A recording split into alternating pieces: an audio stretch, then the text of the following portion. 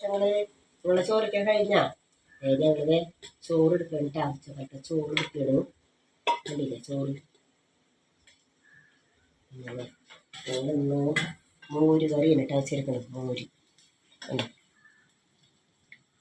മോര് കറിയാണ്.